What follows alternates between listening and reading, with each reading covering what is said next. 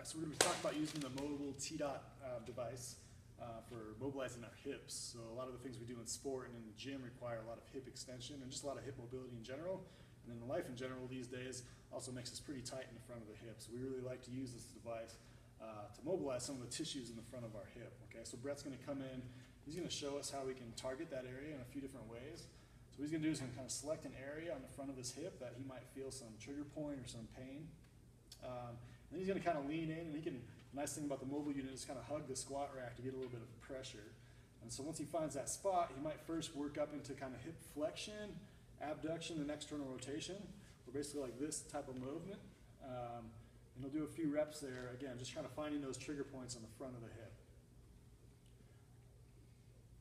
So then we also want to work on hip extension, obviously. This comes into play with our more explosive movements. So again, he's going to find those kind of painful trigger points on the front of the hip and then work into strict hip extension. And he can do it with his knee bent or his knee straight, however you want to do it. And this really feels a lot better and feels like you have a lot more mobility once you're done using the mobile T-dot device. And then again, when you're done, just lock it in place in the low position so you don't run into it.